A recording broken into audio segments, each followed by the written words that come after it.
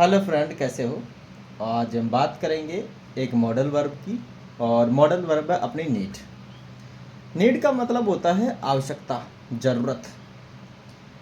और need modal verb है, इसीलिए इसके साथ वर्ब की फर्स्ट फॉर्म यूज की जाती है। और कभी कभी जो मॉडल वर्ब है नीड, ये मैन वर्ब की तरह भी काम करती है। जैसे मुझे आवश्यकता है, आई नीड। मुझे एक पेन की आवश्यकता है, आई नीड है पेन।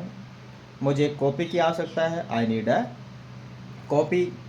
मुझे एक बाइक की ज़रूरत है, आई नीड ए बाइक। मुझे जाने की ज़रूरत है, I need to go.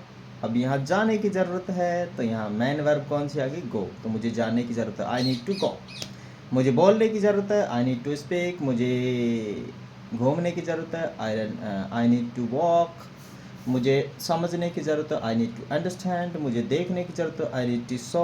I need to watch. I need to look. मुझे समझाने की ज़रूरत है, आई नीड टू एक्सप्लेन। मुझे आने की ज़रूरत है, आई नीड टू कम। मुझे पढ़ने की ज़रूरत है, आई नीड टू स्टडी। मुझे बोलने की ज़रूरत है, आई नीड टू स्पीक। मुझे दौड़ने की ज़रूरत है, आई नीड टू रन। मुझे मेडिसिन की ज़रूरत है, I need medicine. I need medicine. मुझे जाने की ज़रूरत है, आई नीड टू गो। मुझे स्कूल जाने की ज़रूरत है, I need to go to school.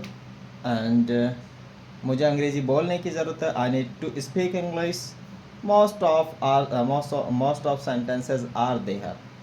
Every day we will use some factual, some English terms to learn English, right? Today's only uh, use need, right? And regress practice on need. When we regress practice on any topic, we will learn confidentially.